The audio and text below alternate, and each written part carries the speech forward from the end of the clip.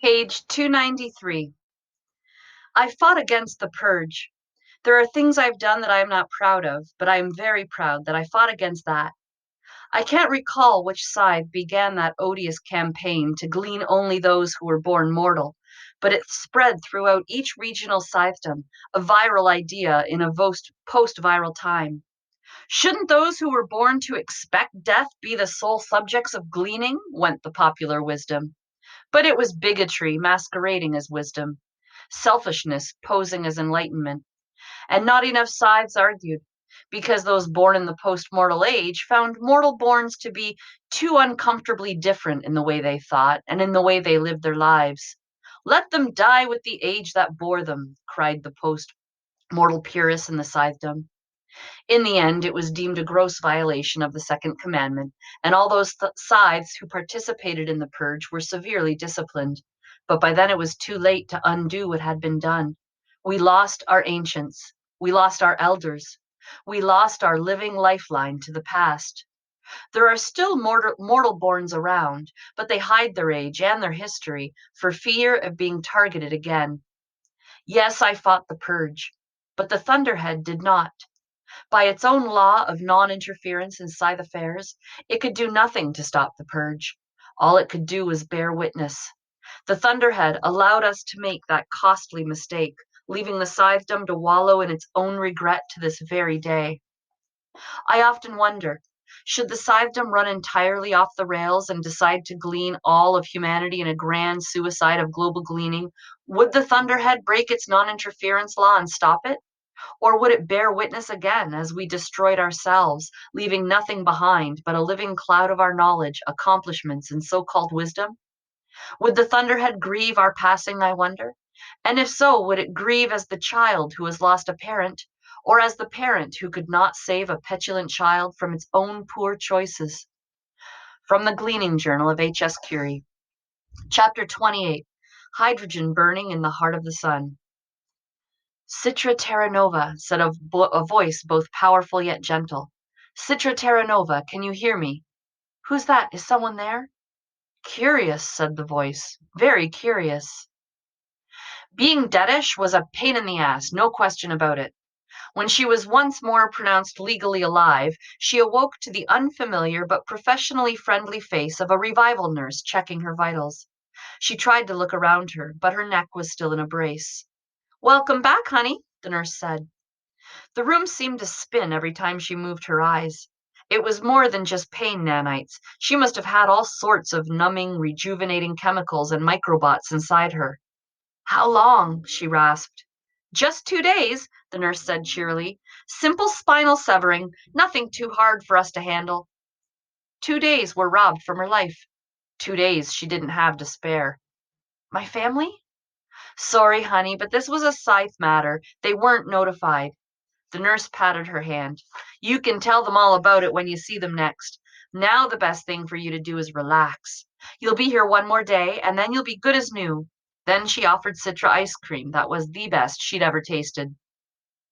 That evening, Scythe Curie came and filled her in on all she had missed. Rowan had been disqualified and severely reprimanded for his poor sportsmanship. Are you telling me that because he was disqualified, I won? Unfortunately, no, Scythe Curie said. He was clearly going to beat you. It was decided that both of you lose. We really need to work on your martial arts skills, Citra. Well, that's just great, Citra said, exasperated for a very different reason than Scythe Curie thought. So now Rowan and I are both 0 for 2 at Conclave. Scythe Curie sighed. A third time's the charm, she said. Now it will all come down to how well you do at Winter Conclave, and I have faith that you will shine in your final test. Citra closed her eyes, remembering the look on Rowan's face when he held her in that headlock. There was something cold there, calculating. In that moment, she saw a side of him she had never seen before. It was as if he was looking forward to what he was about to do to her, as if he was going to enjoy it. She was so confused. Did he really plan that move from the beginning? Did he not know he'd be disqualified, or was disqualification his plan? What was Rowan like after it happened? Citra asked Scythe Curie. Did he seem shocked at all about what he had done? Did he kneel down to me? Did he help carry me out to the ambudrome? Scythe Curie took a moment before she answered. Then finally she said, "He just stood there, Citra. His face was like stone, defiant and as unrepentant as his scythe." Citra tried to turn away, but even though the brace was now gone, her neck was too stiff to move. "He's not who you think he is anymore," Scythe Curie said slowly so that it would sink in. "No," Citra agreed, "he's not." But for the life of her, she had no idea who he was now. Rowan thought he would receive another brutal beating when he returned to the mansion. That couldn't have been further from the truth. Scythe Goddard was all flamboyance and bright chatter. He called for the butler to bring champagne and glasses for everyone right there in the foyer so they could toast Rowan's audacity. "That took more nerve than I thought you had, boy," Goddard said. "Hear, hear," seconded Scythe Rand. "You can come to my room and break my neck any time." "He didn't just break her neck," Scythe Goddard pointed out. "He unflinchingly snapped her spine. Everyone heard it. I'm sure it woke up the Scythe sleeping in the back row." "Classic," said Scythe Chomsky, guzzling his champagne down, not waiting for the toast. "It was a powerful statement you made," said Goddard. "It reminded everyone that you are my apprentice and you are not to be trifled with." Then he became a little quieter, almost gentle. "I know you had feelings for that girl, yet you did what needed to be done, and more." "I was disqualified," Rowan reminded them. "Officially, yes," Goddard agreed, "but you gained the admiration of quite a few important Scythes." "And made enemies of others," Volta pointed out. "Nothing wrong with drawing a line in the sand," Goddard responded. "Takes a strong man to do that, the kind of man I'm happy to raise a glass to." Rowan looked up to see Esme sitting at the top of the grand staircase watching them. He wondered if she knew what he had done, and the thought that she might made him feel ashamed. "To Rowan," said Scythe Goddard, holding his glass high. "The scourge of the stiff-necked and the shatterer of spines." It was the most bitter glass Rowan had ever had to swallow. "And now," said Goddard, "I do believe a party is in order." The party that followed the Harvest Conclave was one for the record books, and no one was immune to Goddard's contagious energy. Even before guests started to arrive and the first of 5 DJs cranked up the music, Goddard threw his arms wide in the mansion's ornate living room as if he could reach from wall to wall, and said to no one in particular, "I am in my element, and my element is hydrogen burning in the heart of the sun." It was so outrageous a thing to say, it even made Rowan laugh. "He's so full of crap," Scythe Rand whispered to Rowan, "but you gotta love it." As the rooms and the terraces and the pool deck began to fill with partiers, Rowan began to rise from the funk he had been left in after his awful bout with Citra. "I checked for you," Scythe Volta told him. "Citra's conscious and has one more day in the revival center. She'll go back home fully recovered with Scythe Curie. No harm, no foul. Well, plenty of foul, but that's what you wanted, wasn't it?" Rowan didn't answer him. He wondered if anyone else was insightful enough to know why he did what he did. He hoped not. Then Volta got serious in the midst of the revelry around them. "Don't lose the scythehood to her, Rowan," he said. "At least not on purpose. If she beats you fair and square, that's one thing. But submitting yourself to her blade because of raging hormones is just plain stupid." Maybe Volta was right. Maybe he should do his best in their final trial. And if his best outshined Citra's, he would accept the scythe ring. And then maybe he would glean himself as his first and only act. Then he'd never be faced with having to glean Citra. It comforted Rowan that he had a way out, even though it was a worst-case scenario. The rich and famous arrived by helicopter, by limousine, and in one bizarre but memorable entrance by jetpack. Goddard made a point to introduce Rowan to them all as if Rowan were a prize worth showing off. "Watch this boy," Goddard told his high-profile guests. "He's going places." Rowan had never felt so valued and validated. It was hard to hate a man who treated him like the meat rather than the lettuce. "This is how life was meant to be lived," Goddard told Rowan as they luxuriated in his open-faced cabana, looking out over the festivities. "Experiencing all there is to experience and enjoying the company of others." "Even when some of those others are paid to be here?" Goddard looked out at the crowded pool deck that would have been far less dense and far less beautiful had it not been for the presence of professional party guests. "There are always extras in every production," he told Rowan. "They fill in the gaps and make for pleasant scenery. We wouldn't want everyone to be a celebrity, would we? They'd do nothing but fight." In the pool, a net went up, and dozens gathered for a game of volleyball. Look around you, Rowan, Goddard said in utter contentment. Have you ever experienced such good times as these? The commoners love us, not because of the way we glean, but because of the way we live. We need to accept our role as the new royalty. Rowan didn't see himself as royalty, but he was willing to play along, at least today. So he went to the pool and jumped in, declaring himself captain of the team and joining Scythe Goddard's loyal subjects in their game. The thing about Scythe Goddard's parties is that it was very difficult not to have a good time, no matter how hard you tried. And with all the good feelings that abounded, it was easy to forget what a ruthless butcher Goddard was. But was he a killer of scythes? Citra hadn't directly accused Goddard, but it was clear that he was her prime suspect. Citra's investigation was troubling, yet try as he might, Rowan could not find a single instance since he'd been in Goddard's presence where Goddard did anything that was illegal by scythe law. His interpretations of the commandments might have been stretches, but nothing he did was an actual violation. Even his gleaning rampages were not forbidden by anything but custom and tradition. The old guard despises me because I live and glean with a flair they sorely lack, Goddard had told Rowan. They're a crowd of bitter backstabbers, envious that I've found the secret of being the perfect scythe. Well, perfection was subjective. Rowan certainly wouldn't call the man a perfect scythe, but there was nothing in Goddard's repertoire of malfeasance that would suggest he would murder Faraday. On the third day of this seemingly unending bash, there were two unexpected party guests, or at least unexpected to Rowan. The first was Highblade Xenocrates himself. What is he doing here? Rowan asked Scythe Chomsky when he saw the Highblade come out to the pool. Don't ask me, I didn't invite him. It seemed strange that the Highblade would show up at the party of a highly controversial scythe. He didn't appear comfortable being here at all. He seemed self-conscious and tried to be inconspicuous, but a man of such mighty girth festooned in gold was hard not to see. He stood out like a hot air balloon in an otherwise empty field. It was, however, the second guest that shocked Rowan more. He was stripping down to his bathing suit just seconds after getting to the pool deck. It was none other than Rowan's friend, Tiger Salazar, who Rowan hadn't seen since the day he showed him Scythe Faraday's weapons den. Rowan made a beeline to him, pulling him aside behind a topiary hedge. What the hell are you doing here? Hey, Rowan, Tiger said with his signature slanted grin. Good to see you too. Man, you're looking buff. What'd they inject you with? Nothing, it's all real. And you didn't answer my question. Why are you here? Do you know how much trouble you could get in if anyone found out you snuck in? This isn't like crashing a school dance.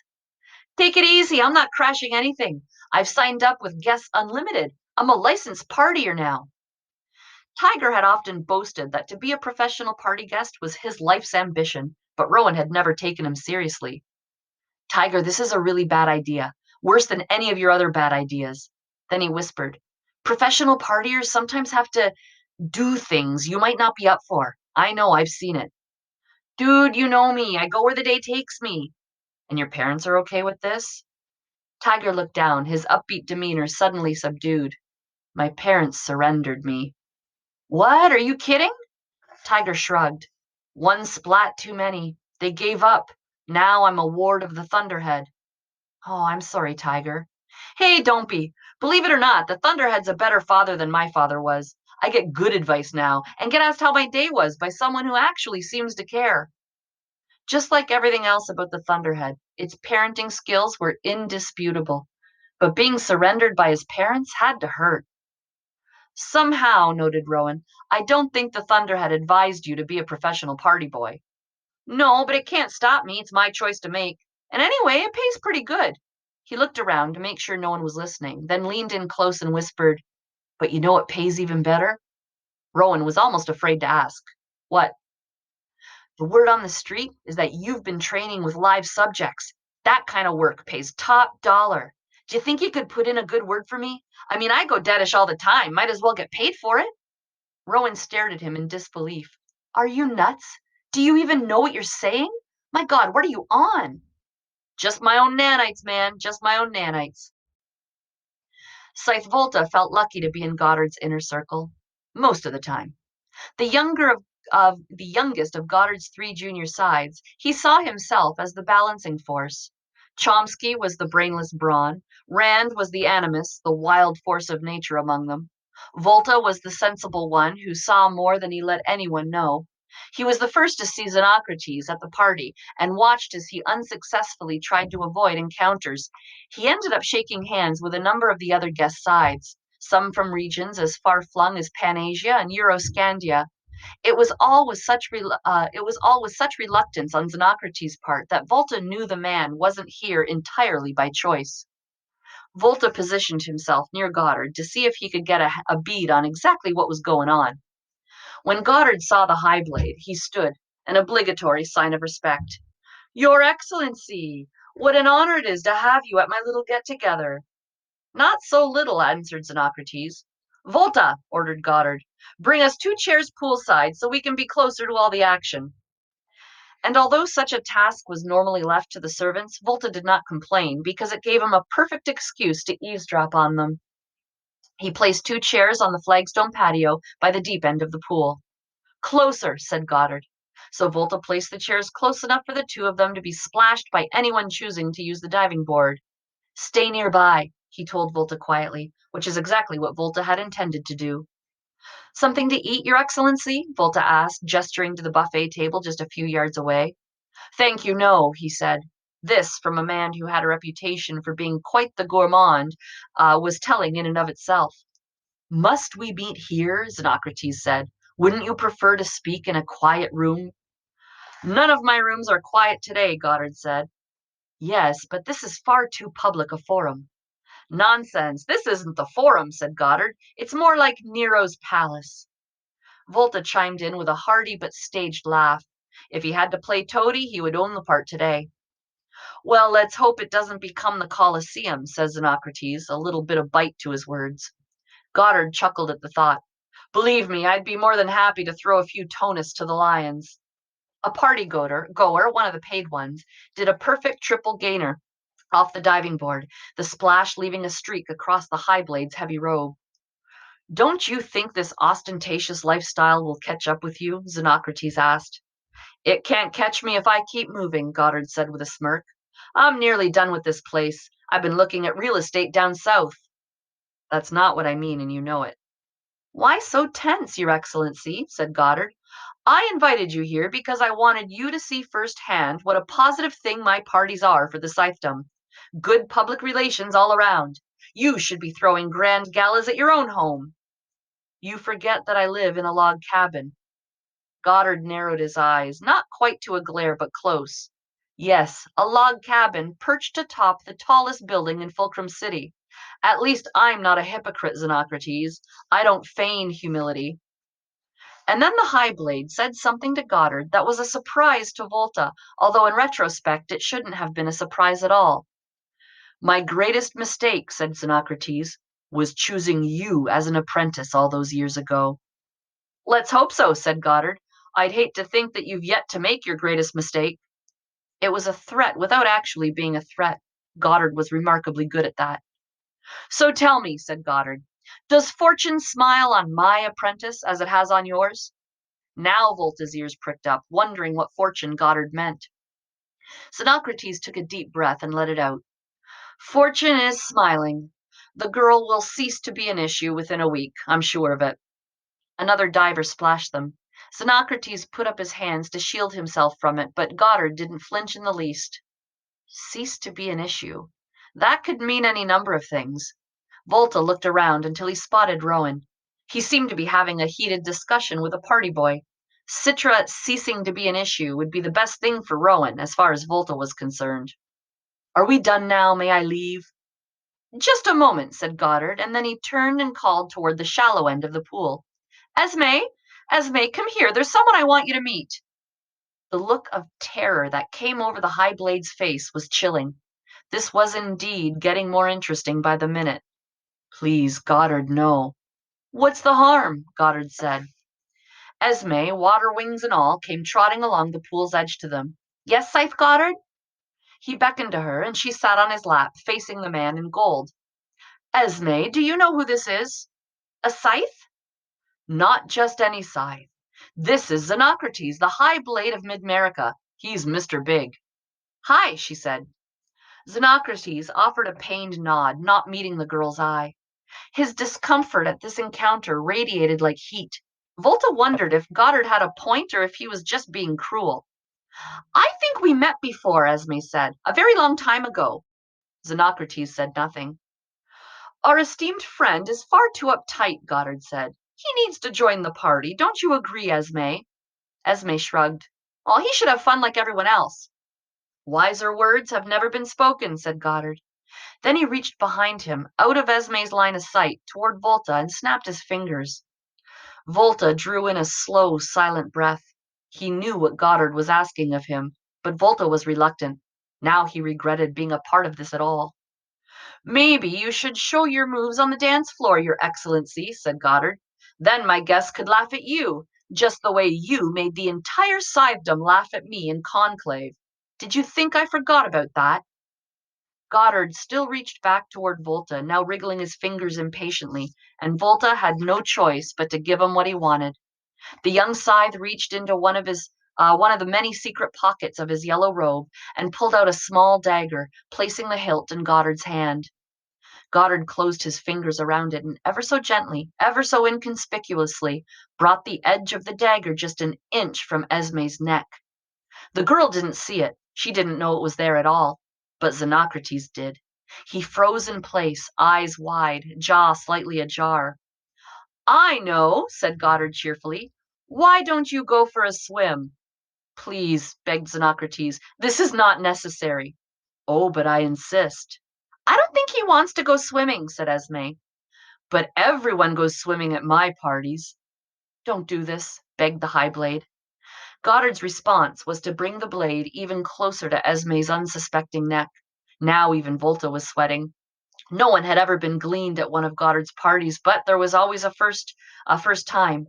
Volta knew this was a battle of wills, and the only thing that kept him from intervening and ripping that dagger away from Goddard was knowing who would blink first. Damn you, Goddard, said Xenocrates. Then he stood up and threw himself into the pool, gold adornments and all. Rowan heard none of what had transpired between Xenocrates and Goddard, but he did see the High Blade hurl himself into the deep end, creating a cannonball splash that drew everyone's attention. Xenocrates went down, and he didn't come back up. He sank to the bottom, said someone. It's all that gold. Rowan had no great love of the High Blade, but he also didn't want to see the man drown. It wasn't like he fell. He had jumped, and if he drowned, trapped in his own golden robe, it would be considered a self-gleaning. Rowan dove into the pool, and so did Tiger, following his lead. They swam to the bottom, where Xenocrates was bubbling out his last bit of air. Rowan grabbed the man's heavy, multi-layered robe, tugging it over his head, and both he and Tiger helped the High Blade up to the surface, where he gasped, coughed, and sputtered. The crowd around them applauded. Now he didn't look much like a High Blade. He was just a fat man in wet golden underwear. I guess I must have lost my balance, he said, trying to be jovial about it and attempting to put a new spin on what had happened. Maybe others believe it, but Rowan had seen him throw himself in. There was no confusing that with an accidental fall. Why on earth would he have done that? Wait, said Xenocrates, looking at his right hand. My ring! I'll get it, said Tiger, who was now the party boy of the hour, and dove to the bottom to retrieve it. Chomsky had arrived at the scene, and he and Volta reached down from the pool's edge to haul Xenocrates out of the water. It was as humiliating as could be for the man. He looked like an overstuffed net of fish being hauled onto the deck of a trawler. Goddard wrapped a large towel around the High Blade, uncharacteristically sheepish. I truly, truly apologize, said Goddard. It never occurred to me that you might actually drown. That wouldn't have been a good thing for anyone. And then Rowan realized there was only one reason for Xenocrates to hurl himself into the pool, because Goddard had ordered him to, which meant that Goddard had a much stronger hold on the High Blade than anyone knew. But how? Can I go now? Asked Esme. Of course you can, said Goddard, giving her a kiss on the forehead. Then Esme wandered off, searching for playmates among the children of the stars. Tiger surfaced with the ring. Xenocrates grabbed it from him without so much as a thank you and slipped it on his finger. I tried to get his robe too, but it's just too heavy, said Tiger. We'll get someone with scuba gear to go down there on a treasure dive, quipped Goddard, although they may claim salvage rights.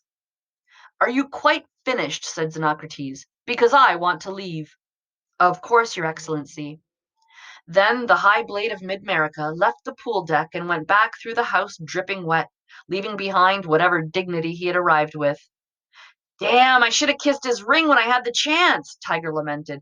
Immunity right there in my hands, and I blew it. Once Xenocrates was gone, Goddard called out to the crowd. Anyone who uploads pictures of Highblade Xenocrates in his underwear will be gleaned immediately. And everyone laughed, then stopped when they realized he was not joking in the least. As the party wrapped up and Scythe Goddard said goodbye to his most important guests, Rowan watched, taking in everything. So I'll see you at the next party, right? Tiger said, breaking his focus. Maybe next time they'll assign me earlier so I get to hang for more than just the last day. The fact that Tiger was about as deep as the fountain out front was an irritation to Rowan. Funny, but he had never been bothered by Tiger's shallow nature before. Perhaps because Rowan hadn't been much different. Sure, he wasn't the thrill-seeker Tiger was, but in his own way, Rowan glided on the surface of his life. Who could have known that the ice was so treacherously thin? Now he was in a place too deep for Tiger to ever understand. Sure, Tiger, next time. Tiger left with the other professional party people, with whom he seemed to share much more in common now than with Rowan. Rowan wondered if there was anyone from his old life he could relate to anymore. Scythe Goddard passed him standing by the entryway.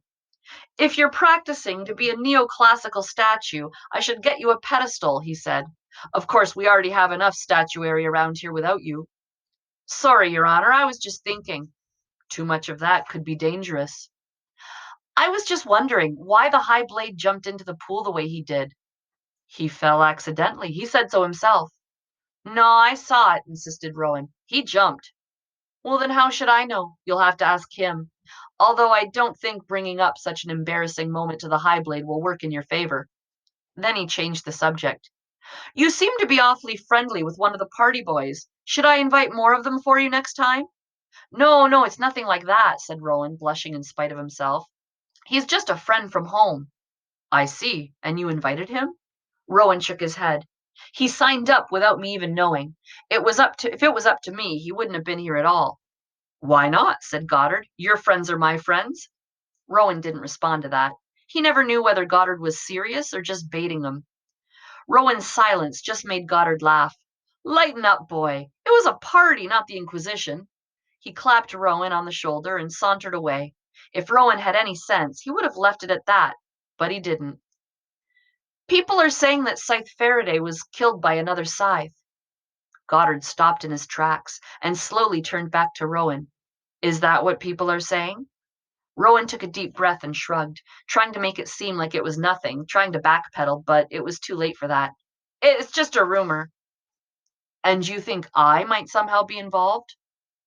Are you? Asked Rowan. Scythe Goddard stepped closer, seeming to look through Rowan's facade to that dark, frigid place where he now dwelled. What are you accusing me of, boy? Nothing, Your Honor. It's just a question, to clear the air.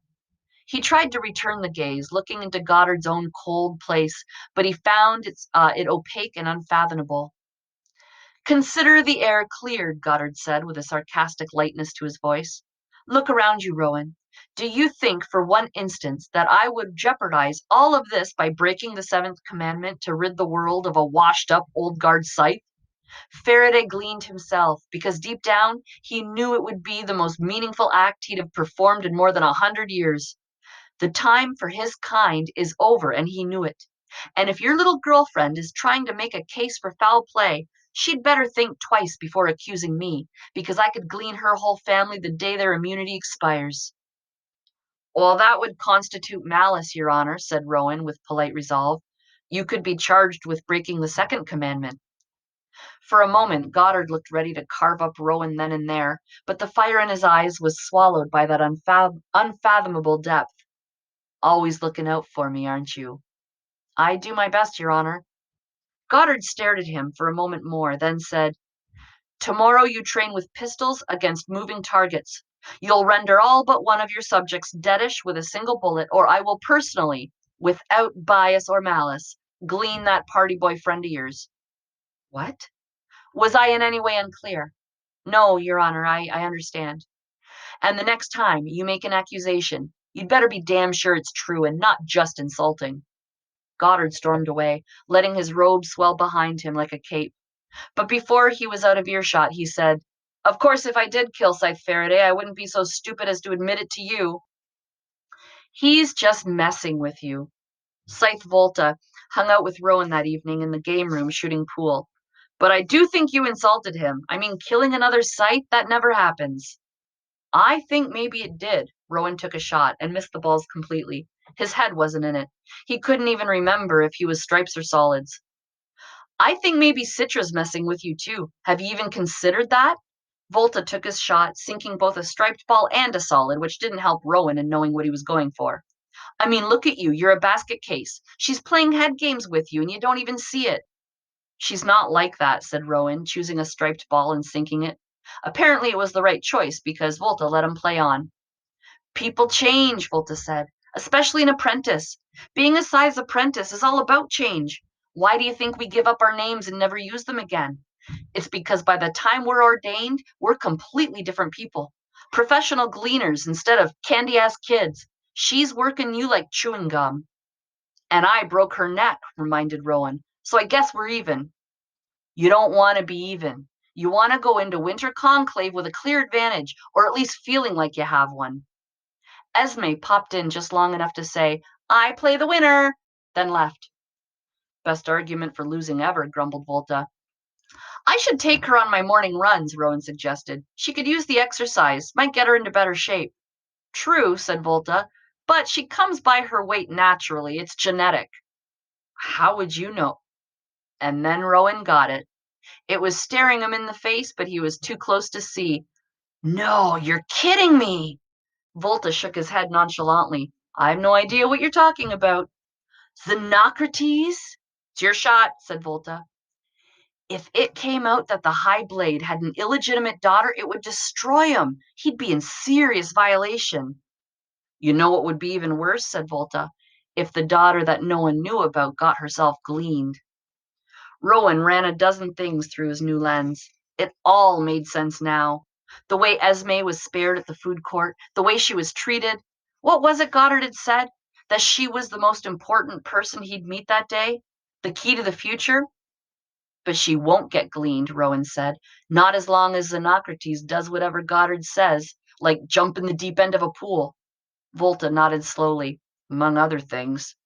Rowan took his shot and accidentally sunk the 8 ball, ending the game. I win, said Volta. Damn, now I have to play Esme.